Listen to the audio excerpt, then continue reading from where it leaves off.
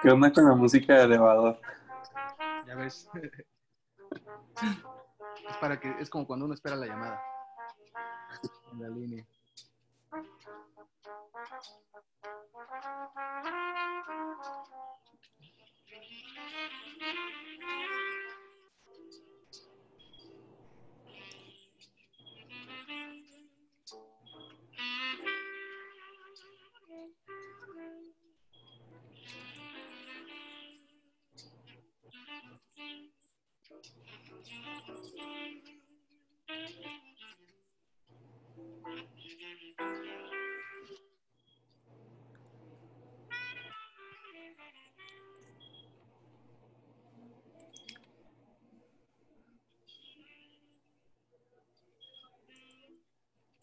Si quieres empieza, Alfredo. Bien, bueno, pues el día de hoy la revisión de artículos será acerca del escalamiento de la dosis en cáncer de próstata localmente avanzado. Hablaremos también de terapia corta versus terapia larga de tratamiento antiandrogénico y de comparar la terapia combinada con RT más antiandrogénicos versus RT solamente, y empezaremos entonces con el primer artículo que lleva de título Resultados a largo plazo del ensayo de escalamiento aleatorizado de dosis para el cáncer de próstata del MD Anderson. La correspondencia fue para la doctora Débora Cubán, del Departamento de Radiooncología de la Universidad de Texas, en el Centro de Cáncer MD Anderson, y fue aceptado para su publicación el día 30 de junio del 2007. El objetivo del estudio fue comparar las tasas de falla del antígeno prostático específico, la supervivencia libre de recurrencia, metástasis a distancia, enfermedad específica y supervivencia global, así como tasas de complicaciones a los 8 años postoperatorio en pacientes con cáncer de próstata en estadio T1B a T3, aleatorizando un escalamiento de dosis con 70 versus 78 Grays. Los criterios de elegibilidad fueron pacientes que tuvieran T1 a T3 sin enfermedad ganglionar o a distancia, con un PSA sérico previo al tratamiento, sin antecedentes de RT pélvica, prostatectomía radical o ablación de andrógenos. La estratificación se basó en el nivel de PSA previo al tratamiento, así pues teníamos menos de 10 gramos, entre 10 a 20 nanogramos y mayor a 20 nanogramos por mililitro. El estudio se realizó entre 1993 al 98 y se incluyeron 305 pacientes. 301 de estos fueron evaluables, se aleatorizaron a estos a 150 en el brazo de 70 Grays y 151 en el brazo de 78 Grays. El principio del estudio fue con intento a tratar.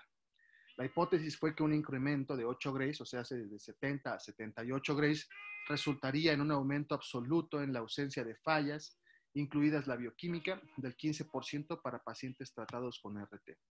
Las características de los pacientes en ambos brazos fueron muy similares y se clasificó en 3 grupos de riesgo de acuerdo a la NCCN. Un grupo de bajo riesgo, que eran aquellos pacientes que tenían un T2A o menos, un glycemic score menor de 6 puntos y un antígeno prostático menor a 10 nanogramos.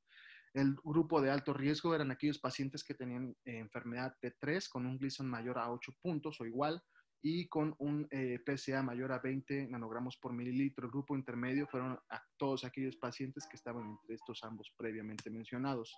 En cuanto a las especificaciones del tratamiento con RT, en ambos brazos se dio 2 Grays por fracción. Todos los pacientes fueron tratados inicialmente con una técnica convencional de caja de 4 campos a 46 Grays. El tamaño de campos típicos fue de 11 por 11 centímetros para el anterior y posterior y 11 por 9 centímetros para los campos laterales, con un pequeño bloque sobre la vejiga anterior y la mitad posterior del recto. El brazo de 70 Grays, en el brazo de 70 Grays hubo una pequeña reducción de campos tanto anterior y posterior laterales hasta de aproximadamente 9 por 9 centímetros. A los pacientes en el brazo de 78 Grays se les dio un bus con 3D conformal de 6 campos después de los primeros 46 Grays. El CTB incluyó la próstata y las vesículas seminales en ambos estudios, y los márgenes del CTB hasta el borde del bloque fueron de 1.25 a 1.5 centímetros en el anterior e inferior, de 0.75 a 1 centímetro en la parte superior y posterior. Los objetivos finales del estudio fueron, el objetivo primario fue la ausencia de síntomas clínicos o falla bioquímica, y la definición de esta falla bioquímica fue un aumento de 2 nanogramos sobre el nadir Esto fue más sensible y específico para la eventual falla clínica. Las definiciones adicionales de falla clínica incluyeron recurrencia local a distancia ganglionar antes de la falla del PSA y la administración de hormonoterapia de rescate. Los objetivos secundarios fueron la supervivencia global, metastásica, distancia y enfermedad específica. Aunque la biopsia de próstata de rutina a los 2 años después del tratamiento fue realizada en 168 pacientes, esto por sí solo no definió la recidiva local. La toxicidad fue evaluada con un score del RTOG, tanto para gastrointestinal como genitourinaria. En cuanto a los resultados, tenemos que la tasa libre de falla bioquímica o clínica fue significativamente diferente para pacientes tratados con 78 versus 70 grays, como podemos ver en la tabla. La diferencia de falla clínica o bioquímica entre los dos brazos de estudio aumentó con el tiempo, como lo podemos ver aquí, siendo así pues que el 85 versus 78% a los 5 años para 70 y 70 grays, 70, perdón, versus 78 grays, 78 versus 59% a los 8 años y 73 versus 50% a los 10 años, favoreciendo al grupo que recibió el escalamiento de dosis. En cuanto a cuando los pacientes fueron estratificados por nivel inicial de PSA, aquellos que tenían un PSA mayor de 10 nanogramos en un inicio tuvieron el mayor beneficio del escalamiento de dosis a 78 grays a 8 años. En pacientes con un PSA inicial menor de 10 nanogramos no hubo diferencia significativa en la falla clínica o bioquímica entre los brazos de tratamiento 8 años después de la terapia, 78 versus 66%. Entonces pareciera que el grupo que más se benefició desde un inicio fue aquellos que tenían un PSA mayor de 10 nanogramos por mililitro. Cuando se analiza por grupo de riesgo, a los 8 años después de la radiación, los pacientes con enfermedad de bajo riesgo tratados con 78 grays tuvieron una falla clínica o bioquímica del 88% en comparación con 70 grays que tenían una falla clínica o bioquímica del 63%. El riesgo intermedio, en el grupo de riesgo intermedio como grupo completo no mostró una diferencia realmente en la falla clínica o bioquímica basada en el nivel de dosis. Con 8 años, una falla clínica o bioquímica del 86% para los pacientes tratados con 78 grays y 76% para aquellos tratados con 70 grays. Sin embargo, los pacientes con riesgo intermedio con un PSA inicial, como lo podemos ver aquí, mayor a 10 nanogramos, mostró una mayor diferencia entre la falla clínica o bioquímica con el aumento de dosis, así como la tendencia estadística. Los pacientes de riesgo intermedio con un PSA menor de 10 nanogramos no tenían falla clínica o bioquímica similares en ambos grupos de tratamiento.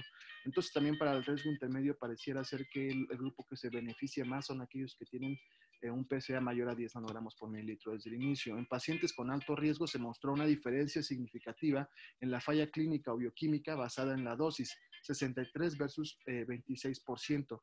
Sin embargo, cabe destacar que cuando el grupo de alto riesgo fue dividido por niveles de PSA, solo aquellos pacientes con un nivel mayor de antígeno prostático específico mayor de 10 nanogramos mostraron una diferencia entre la falla clínica o bioquímica basada en el nivel de dosis, similar a lo que pasó en el grupo intermedio. Entonces, para toda la cohorte, la ausencia de metástasis a distancia después de 70 versus 78 grays fue del 95% versus 99% y el valor P fue marginalmente significativo. Entonces, realmente no hay tanta diferencia en cuanto a la dosis. La única interacción retenida como significativa en el modelo de Cox fue la interacción de la dosis de PSA mayor a 10 nanogramos, lo que indica que estos son los pacientes que se beneficiaron más del aumento de dosis. Hubo una diferencia significativa en el fracaso clínico también basado en la dosis. De los pacientes, el 93% tratados con 78 grays estaba clínicamente libre de enfermedad después a 8 años después del tratamiento en comparación con el 85% de los pacientes que fueron tratados con 70 grays. Sin embargo, no se observó una diferencia en la supervivencia global a los 8 años, 78 versus 79 grays en ambos grupos. Hubo más muertes, sin embargo, en el grupo de 78 grays por otras causas. Alfredo, perdón que te moleste. Sí. ¿Puedes bajarle la música, por fin? Claro, sí. Hubo más muertes en el brazo de 78 grays por otras causas, sin detectar cáncer de próstata y no hubo evidencia que la causa de la muerte estuviera relacionada con el tratamiento. La diferencia de supervivencia por causa específica fue marginalmente significativa a favor de 78 grays y 99% versus 95% para 70 Grays, pero hasta 4 veces más pacientes murieron de cáncer de próstata en el grupo de 70 Grays. En cuanto a la toxicidad, la incidencia a 10 años de toxicidad gastrointestinal grado 2 o mayor fue del 13% para los pacientes tratados a 70 Grays en comparación con el 26% para los pacientes tratados con 78 Grays. Se produjo toxicidad gastrointestinal grado 3 en el 1% de los pacientes tratados con la dosis más baja y en el 7% de los pacientes tratados con dosis más alta. Como aquí podemos ver en la tabla, la toxicidad gastrointestinal en el grupo de 78 Grays fue mayor en comparación con 70 Grays. En cuanto a la toxicidad genitourinaria, no hubo tanta diferencia. La toxicidad genitourinaria grado 2 o superior fue del 8% para el grupo de 70 Grays versus el 13% para el grupo de 78 Grays a 10 años. La toxicidad genitourinaria grado 3 fue del 5% versus 4% respectivamente, sin diferencia estadísticamente significativa, y no hubo complicaciones grado 4 o grado 5 genitourinaria o gastrointestinales. Entonces aquí podemos ver la supervivencia libre de toxicidad grado 2 o mayor genitourinaria. Podemos ver que en ambos grupos es bastante similar y podemos ver la supervivencia libre de toxicidad gastrointestinal, y aquí sí hay una diferencia favoreciendo el grupo de 70 Grays. Cuando menos del 25% del recto se trató a más de 70 Grays, la tasa de complicaciones grado 2 o mayor fue mayor a los 6 años, fue mucho menor, 16% en comparación con 46% cuando se superó este punto de corte de dosis volumen. Y aquí en esta gráfica podemos ver en la parte de abajo pues la dosis en Grays, y en la parte vertical podemos ver el porcentaje de volumen rectal involucrado. Entonces podemos ver que a mayor dosis y a mayor porcentaje de volumen del recto involucrado, la P se va haciendo cada vez más estadística. Esto pues quiere decir que pues a mayor dosis y mayor volumen, mayor afectación del recto. Como conclusiones, el escalamiento moderado de dosis de RT mejora la ausencia de progresión bioquímica y clínica. La mejor ventaja parece ser en aquellos pacientes con un PSA inicial mayor a 10 nanogramos por mililitro. Esto se ve atenuado por el hecho de que la terapia de ablación de andrógenos también ha demostrado que es beneficiosa en el mismo grupo de pacientes. Una pregunta adicional restante parecería ser si incluso dosis más altas podrían proporcionar aún más beneficios, ¿para qué y a qué precio? Bueno, el segundo artículo lleva por título Radioterapia y privación de andrógenos a corto plazo para el cáncer de próstata localizado. La correspondencia fue para el doctor Christopher Jones, que es asociado para la Asociación Radiológica de Sacramento, publicado el 14 de julio en el 2011.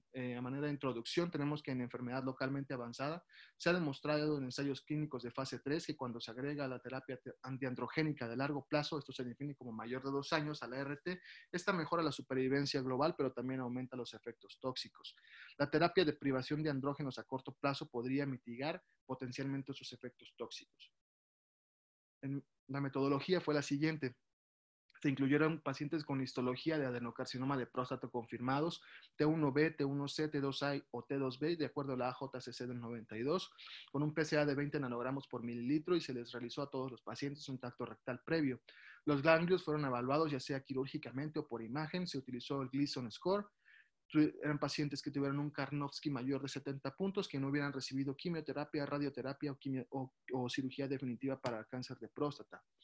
Entonces, posterior a la estratificación de los niveles de PSA, o sea, menos de 4 frente a 4 a 20 nanogramos por mililitro, el grado de tumor, que se definió como bien diferenciado, moderadamente diferenciado, poco diferenciado, y el estadio ganglionar regional negativo, los pacientes fueron asignados aleatoriamente a recibir RT más ADT a corto plazo o RT sola.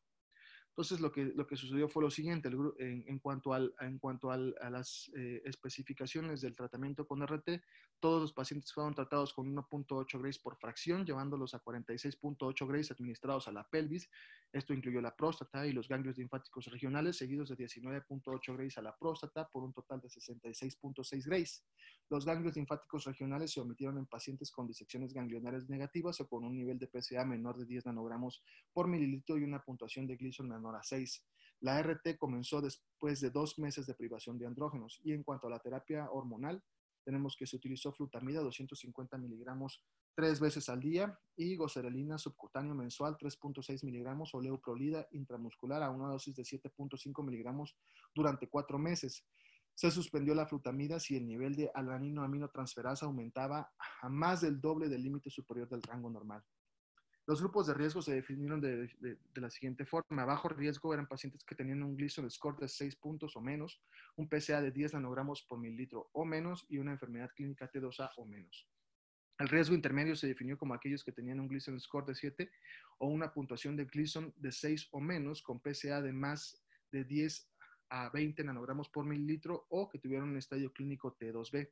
Y los altos riesgos se definieron como aquellos que tenían un Gleason score de 8 a 10 puntos. El seguimiento, las visitas de seguimiento se realizaron a intervalos de 3 meses durante el primer año, 4 meses durante el segundo año, 6 meses a los 3 a 5 años y luego anualmente. Los valores de PSA se obtuvieron en cada visita junto con el nivel de testosterona sérica y pues estudios completos. Se repitió la biopsia de próstata 2 años después de que se planificó el tratamiento para pacientes sin contraindicaciones médicas o evidencias de enfermedad local o a distancia y para pacientes que no habían sido sometidos a arqueotomía o tratamiento hormonal. Los efectos tóxicos agudos y tardíos se evaluaron con el score de la RTOG. Entonces, pues, el objetivo primario fue la supervivencia global. Los objetivos secundarios fueron mortalidad de enfermedad específica, enfermedad a distancia o una falla bioquímica. Esta se definió como un aumento de PSA mayor a 2 nanogramos por mililitro por encima del nadir o una tasa de hallazgos positivos en la biopsia de próstata repetida a los 2 años. En cuanto al análisis estadístico, pues esperaba que los pacientes tratados con RT sola tuvieran una tasa de supervivencia global a los 8 años del 60% y se proyectó que la adición de terapia antiandrogénica a corto plazo aumentaría esta tasa de al menos 67%.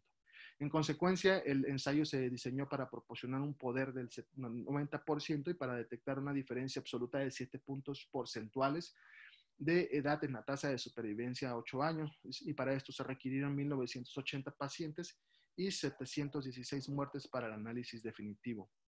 Y en cuanto a los resultados, pues vemos que entre octubre del 94 a abril del 2001, un total de 2.028 pacientes de 212 centros de Estados Unidos y Canadá fueron aleatorizados. De estos fueron elegibles, 1.013 fueron asignados al tratamiento a corto plazo y 1.015 fueron asignados a la RT sola.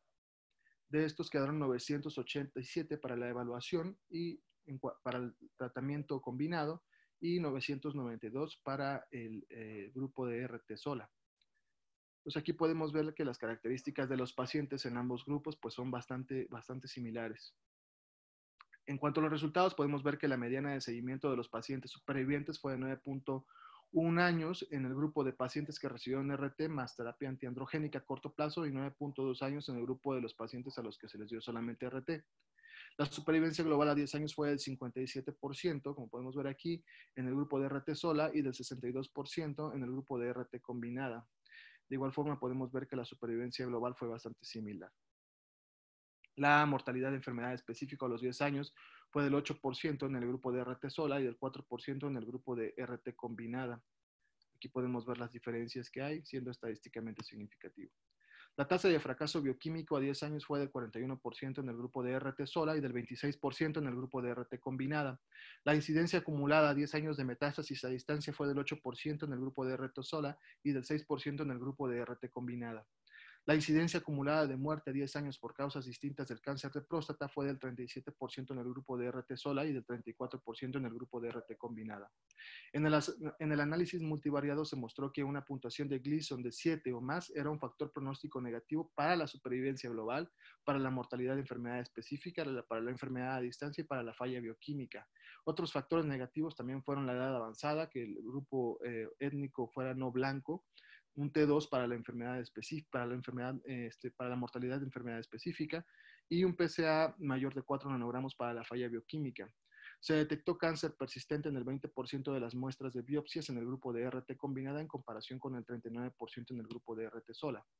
En cuanto a la disfunción sexual, se vio que antes del tratamiento el 48% de los encuestados en el grupo de RT combinada y 54% del grupo de RT sola informaron que siempre o casi siempre pudieron tener una erección.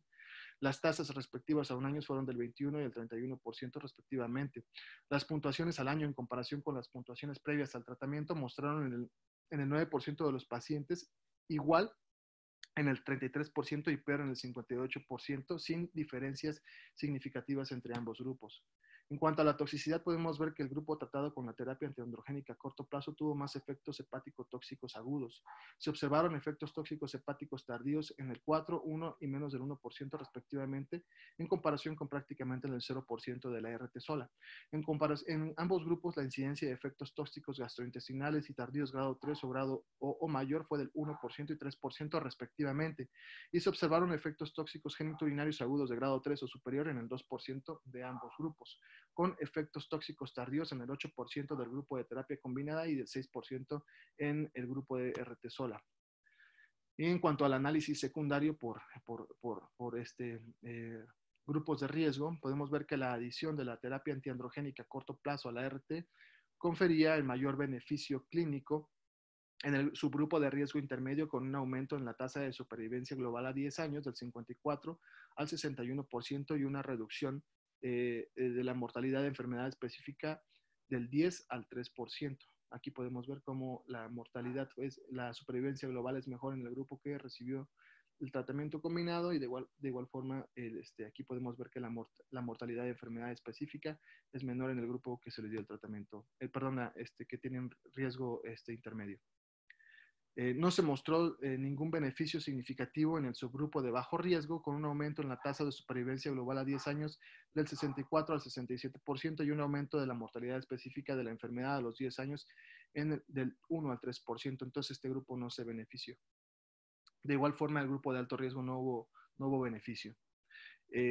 Como conclusiones, los pacientes con adenocarcinoma de próstata en estadio T1B, T1C, T2A o T2B y un nivel de antígeno prostático de 20 nanogramos por mililitro o menos, el uso de terapia antiandrogénica a corto plazo durante 4 meses y durante la RT se asoció con una disminución significativa de la mortalidad específica de la enfermedad y un aumento de la supervivencia global.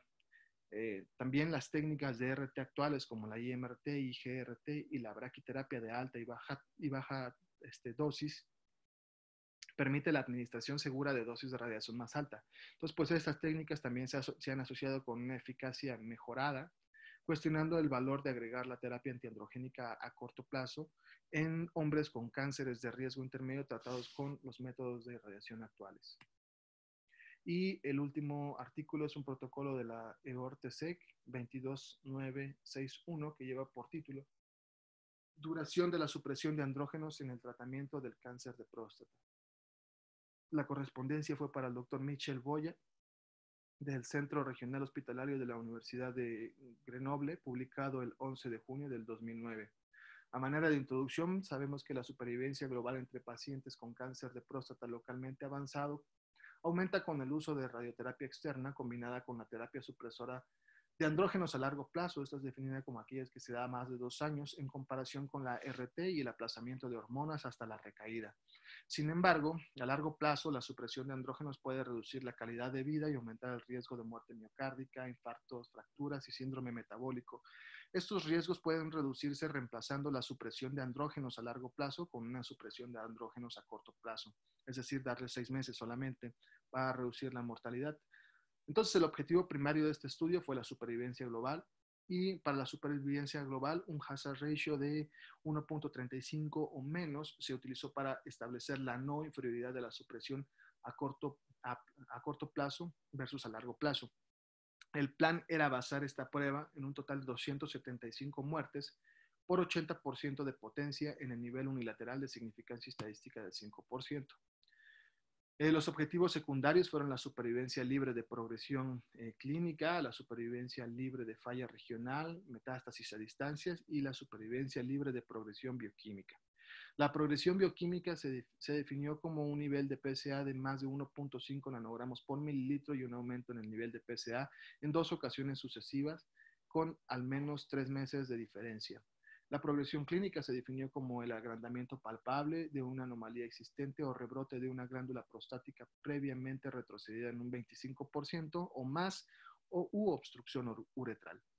Los pacientes candidatos a ellos fueron aquellos pacientes que tuvieran adenocarcinoma de próstata confirmado, T1C, T2A, AB, N1 a N2, sin evidencia clínica de diseminación metastásica, o aquellos pacientes que tuvieran T12 a T4 con N0 a N2 y no evidencia de metástasis a distancia, que tuvieran un valor basal de PSA de hasta 40 veces el límite superior del rango normal, que tuvieran un estadio funcional bueno, sin tratamiento previo para el cáncer de próstata y sin cáncer previo.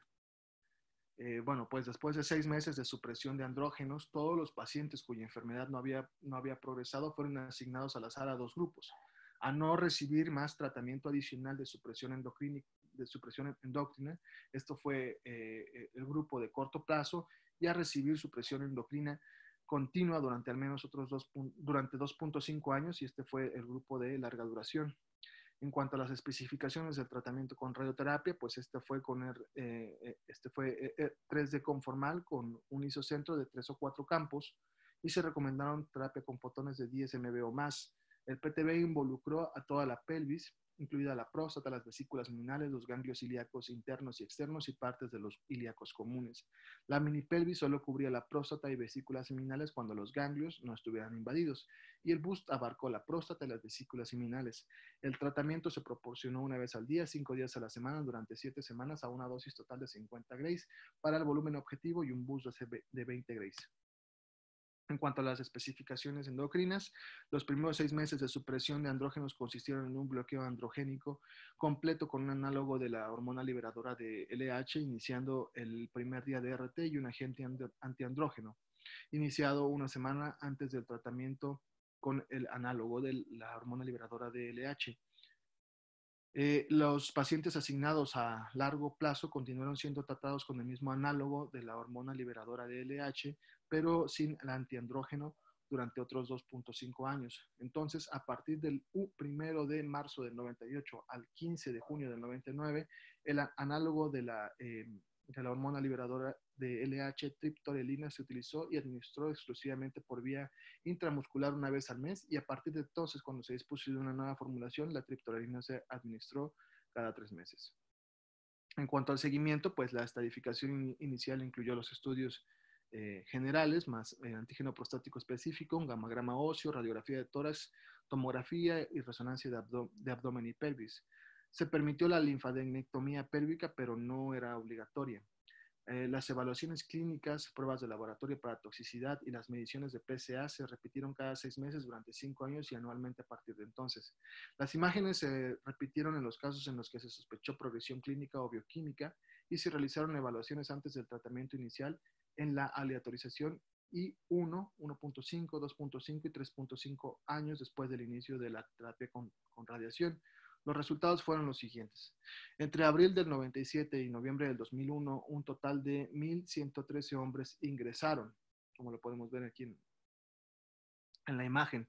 970 fueron aleatorizados entre octubre del 97 y mayo del 92, y se aleatorizaron 483 pacientes al grupo de terapia corta y 487 al grupo de tratamiento a largo plazo. La mediana de seguimiento desde el registro fue de 6.4 años y la mediana de tratamiento con RT fue de 51 días. La dosis total fue de 70 grays en 35 fracciones. En cuanto a las características de los pacientes, vemos que en ambos grupos aleatorizados fueron bastante similares.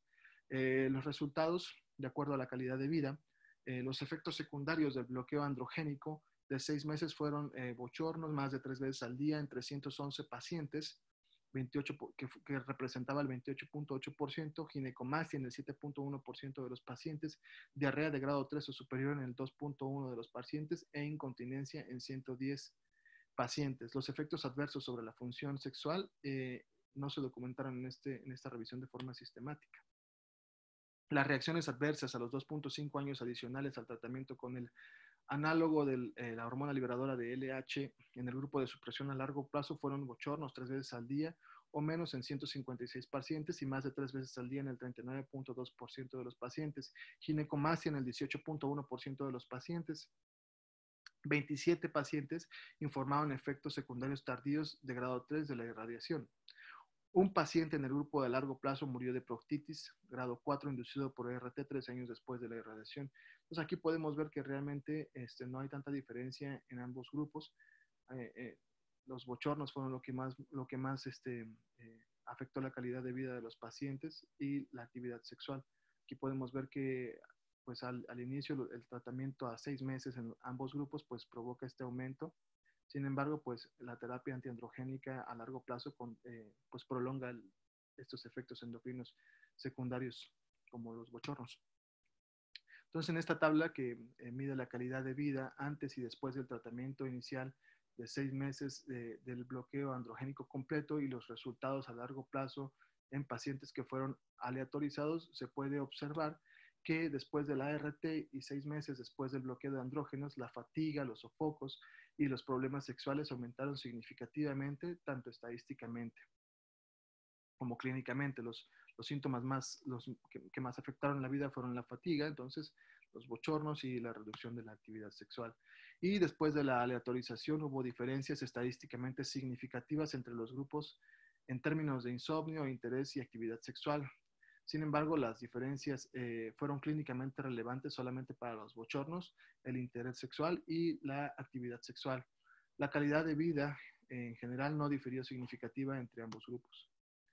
La mortalidad global a 5 años fue del 15.2% para el grupo a largo plazo y del 19% para el grupo a corto plazo, correspondiente a un hazard ratio de 1.2, como lo podemos ver aquí, en estas dos líneas de acá.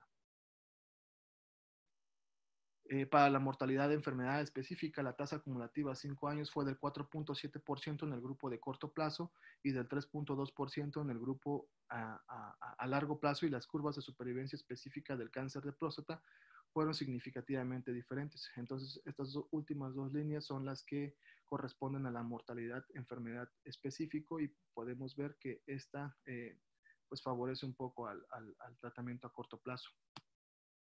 Sin embargo, no hubo diferencia significativa en la incidencia acumulada de eventos cardíacos fatales a los 5 años, 4% versus 3% corto y largo plazo respectivamente.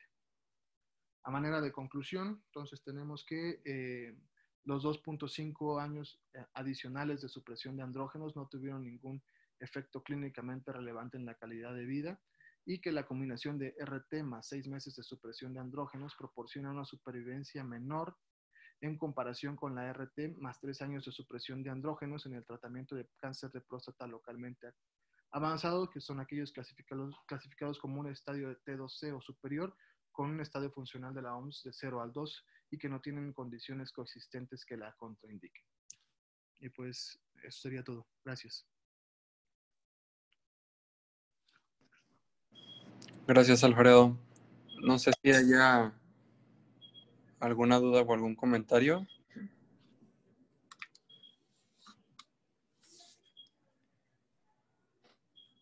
Doctor Maldonado o doctor Rivera. Sí.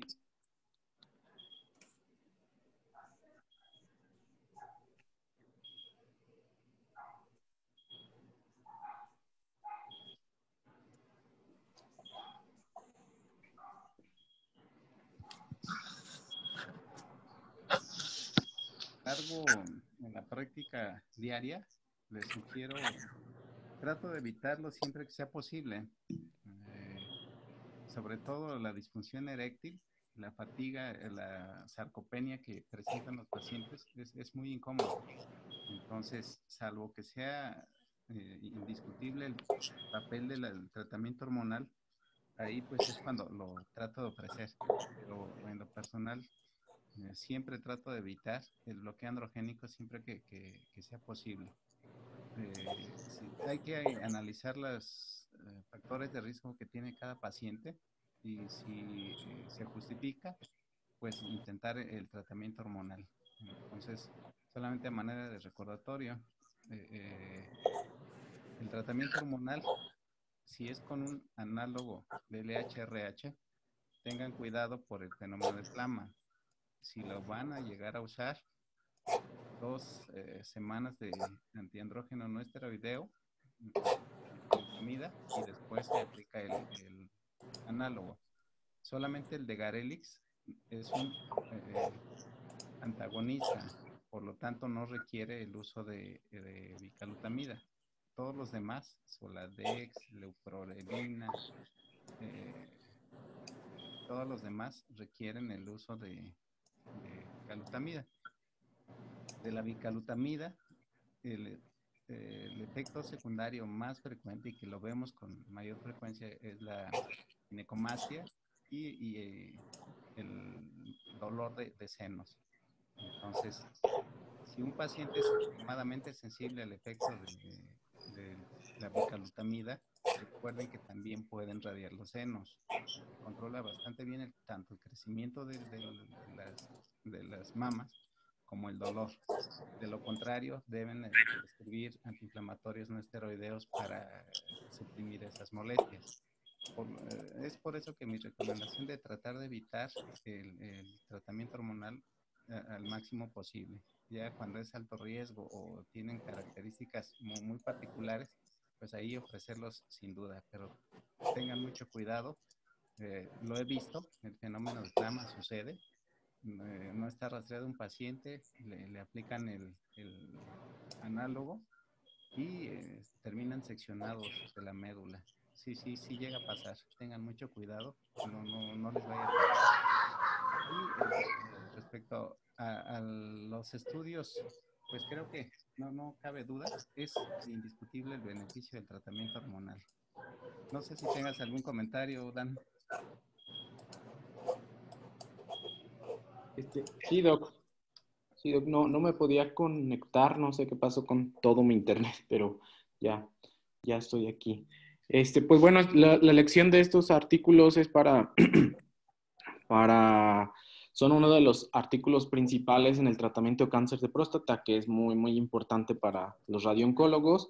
El de Kuban es básicamente para saber que el escalamiento de dosis en este tipo de tumores es bastante importante, como ya se vio ahí en los resultados. Y los otros dos, pues, son básicamente lo que nos dan la estrategia de tratamiento para el cáncer de próstata de acuerdo al riesgo.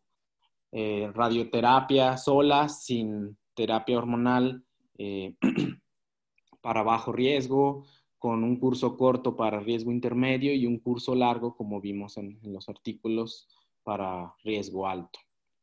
Y como dice el doctor, siempre hay que tener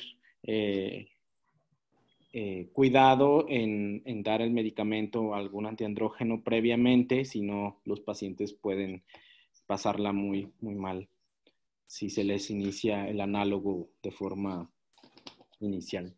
Perdón, se les inicia el análogo sin haber recibido el otro medicamento. Doctor, tengo una pregunta. Perdón. Sí. Mencionó el doctor Maldonado sobre radiar los senos.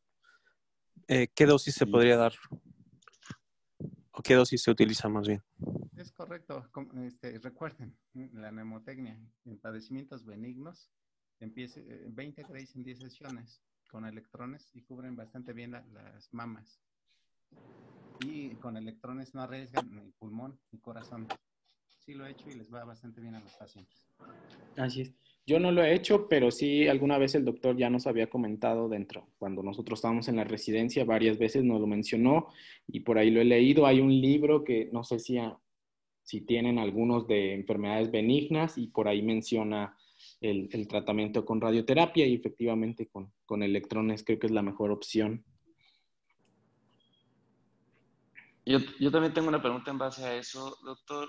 ¿Qué tiempo después o es en el mismo tiempo el tratamiento? ¿Será la radioterapia a los senos o es después de terminar el tratamiento con la próstata? No, O sea, es después, no siempre se utiliza. No siempre se utiliza. Cuando yo lo he empleado, es el paciente que es muy sensible al efecto del análogo del antiandrógeno no esteroideo. Entonces empieza radioterapia y empieza con el bicalutamida. A las 2-3 semanas del tratamiento ya tiene mastalgia, mucho dolor de senos y es notorio el crecimiento. Entonces, ahí es cuando, antes de que acabe el tratamiento, pueden dar electrones hacia lo que son los senos. Ok. Gracias, doctor. Uh-huh. Muy bien. ¿Alguna otra pregunta? Yo tengo una pregunta en cuanto a la elección del bloqueo androgénico, tomando en cuenta el fenómeno de llamarada que puede existir con los análogos. En las guías y en algunos artículos lo que se establece es de que pues, se tiene que vigilar el APE al momento de tomar la elección y que sean pacientes que no tengan alta carga metastásica, pero no está definido cuál sería el valor del APE, ¿no? Nada más tenemos pues, la definición de baja carga o alta carga. En la práctica médica, doctor Rivera, doctor Maldonado, ¿qué corte de APE utilizan como para dirigir la decisión de si iniciar con un análogo o ir, por ejemplo, con bicalutamida? Ok. No viene como tal una recomendación así, pero cuando hay alto riesgo, o sea, cuando principalmente yo me baso para prescribir un tratamiento hormonal de acuerdo al Gleason que tiene el paciente, 8, 9 o 10, ahí sí lo uso, el tratamiento hormonal sin dudarlo. Y el antígeno varía mucho porque me ha tocado el caso de pacientes 77 años, son 3 más 3 y un APE de 18. Ahí igual, trataría solamente, es un paciente que le va a ir muy bien por la edad, por el Gleason, y el antígeno igual puede estar elevado por otras causas. Entonces, no me baso más tanto en un valor de antígeno, excepto que esté disparado. O sea, ahí sí ya 50 a 100, ahí sí pero cuando estamos en otros valores menores de 20, ahí yo me reservo mucho el uso del tratamiento bloqueo androgénico completo. Igual, no vienen las guías. Por guías, el tratamiento hormonal va dirigido solamente al uso, al empleo de análogos de LHRH o de antagonistas, como es el de Garelix.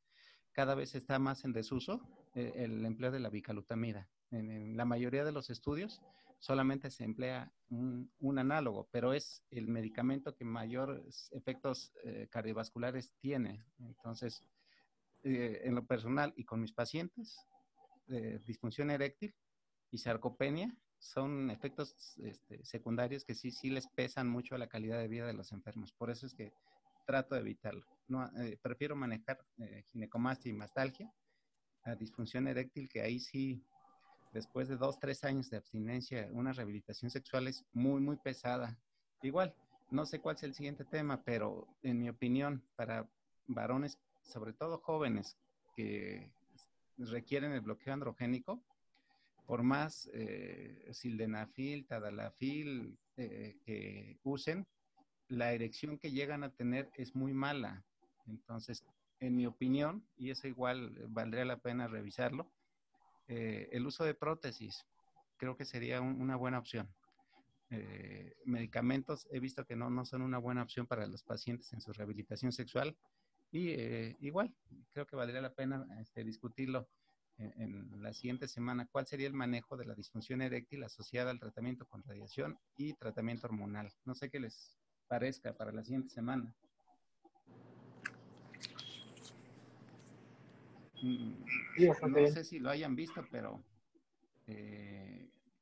es muy frecuente, es muy, muy frecuente. Entonces, acuérdense, calidad de vida, casi siempre vamos más por calidad de vida, ¿no? Entonces, la siguiente semana, ¿qué se va a ver, Chava?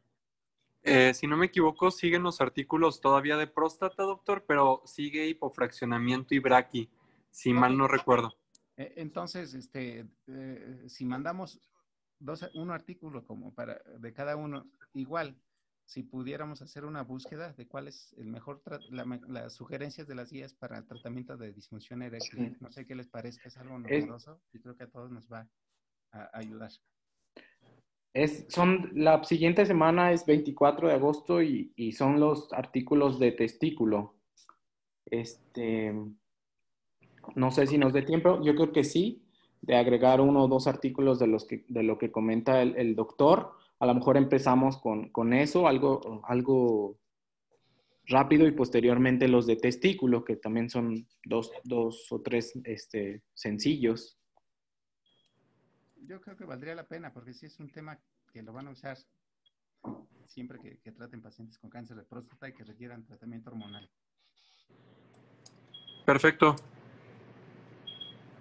Entonces, al que le toque, bueno, designa quién daría este artículo, Chava. Sí, claro que sí, doctor, cuente con ello. Bueno, pues muchas gracias. Gracias.